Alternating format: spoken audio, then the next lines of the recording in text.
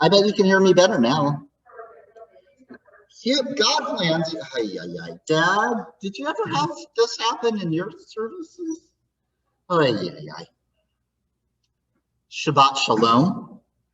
Thank you. I have to admit, I appreciate your patience. That's in the midst of all of this, that you have stayed with us, just realizing there's technical stuff that's going to happen, but it still allows us to have our services safely and meaningfully and enjoy this time of Shabbat together.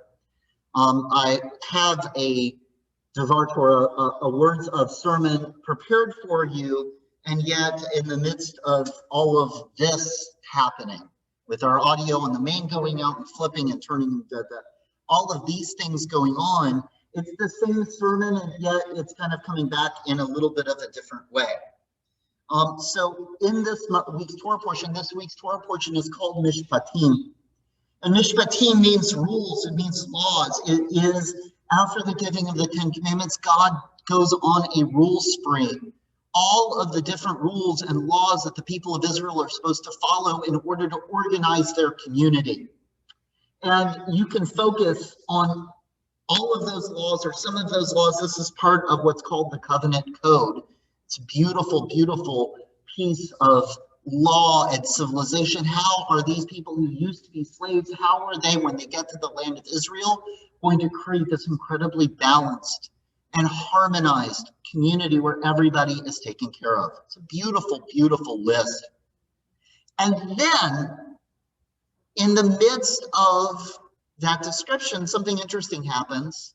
God summons Moses. Moses partners with Aaron and the whole group of elders, and Nadav and Abihu even. They go up the mountain, and there they are, and they're looking up at God's feet, and it's this beautiful, like blue. The floor is like sapphire. They're talking about God's throne.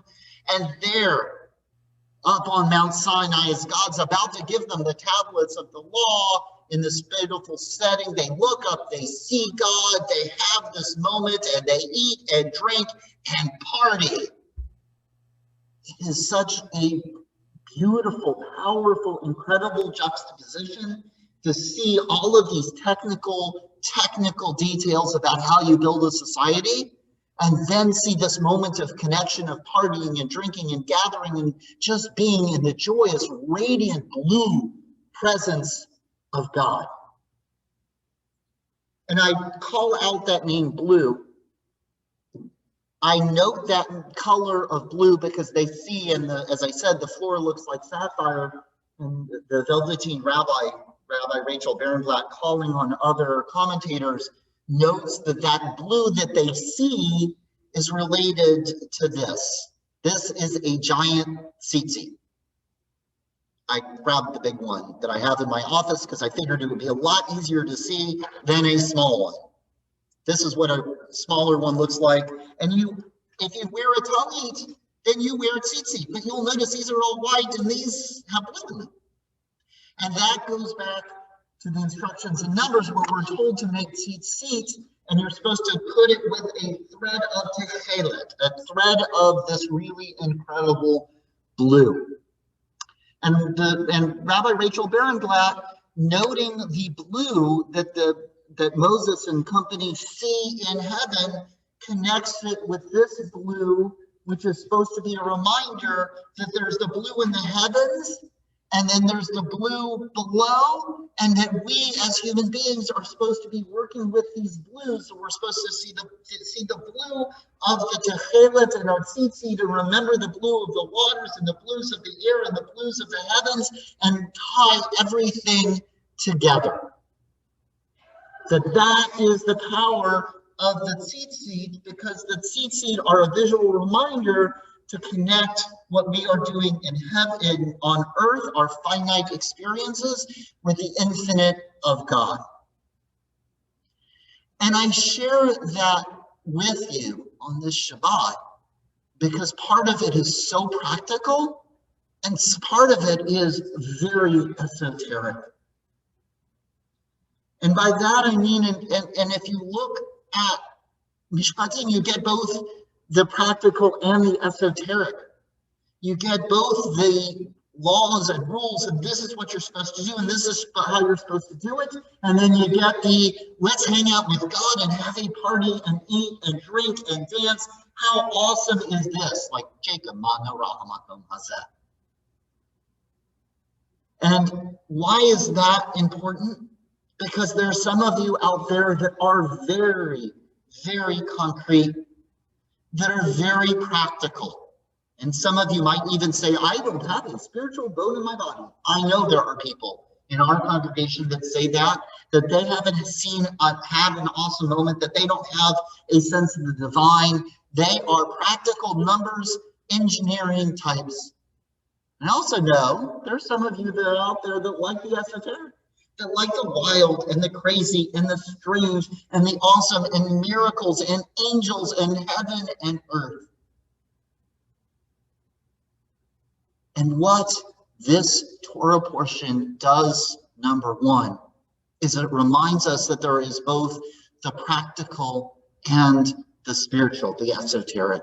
We've been experiencing it tonight, haven't we? Even as we're trying to go through the service, our audio system goes out. We have this scramble and we're plugging in stuff. That's the practical stuff. But the fact that it's on some level, it doesn't matter which audio or what is happening, because we can create Shabbat together. And how do you strike that balance between the practical and the esoteric? I'll also tell you, that's what I love about Tzitzit. That's what I love about the blue and the white. Because on one hand, this is so practical. It's supposed to be something. It's why, well, this one was a test, and I tried to do it with paracord, and it just got gigantic, and so it sits in my office. But I also tie these smaller ones with our bar and bat mitzvah students. I've tied them at summer camps. I've tied them all kinds of different places. I've tied them on the talit that I wear sometimes. My bar mitzvah talit, in fact, you'll see blue and white. And one of the reasons I love these is because they are practical. There's something to see and remind us of the way that we are supposed to move through the world. Of all of these rules, what are there 613 windings in one of these things? Why? To remind us of the commandments, of these obligations and responsibilities, these acts of justice and righteousness, of marking holy time and holy space, of reaching out with chen, chesed, and rachamim, of grace and kindness and compassion. And yet there's also something just esoteric about them, right? We read about it in this week's Torah portion, that the blue and the white, they're supposed to spark something in us, something spiritual, something irrational, that when we see this blue, we are supposed to connect to the blues of the heavens and the blues of the ocean, that we are supposed to see that blue and feel both the immanent, the Shekhinah, the indwelling presence, and the transcendent.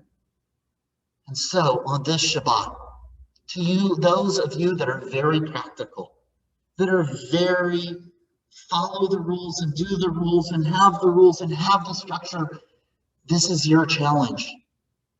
To be on the lookout for that little flash of blue, that little flash of color, that little something that catches your eye and reminds you of the mystery, of the awesome, of the incredible moments of connection. And I also offer to you and to challenge to you, to those of you who love the spiritual, who love the esoteric, who love the mystery and just all of these amazing connections, don't just be driven to search for that. I ask you to wind it a little bit, to make that structure. Tzitzit has 7 windings, and 8 windings, and 11 windings, and 13 windings. To find, if you are one of those that looks for the awe and the mystery, I challenge you every once in a while to create some structures, to create a routine, a place that is not awesome, that is not magical, that is a little bit structured and a little bit practical, because then in the midst of doing those, you will find different types of connection. That is the beauty of Mishpatim, because it's both and. It's both all of those rules. It's that civilization and it's the connection with the divine and that joy and that singing and that dancing together. It is what we celebrate as we gather on the Shabbat. May each of us find that way to remind ourselves of the other side of the equation and find a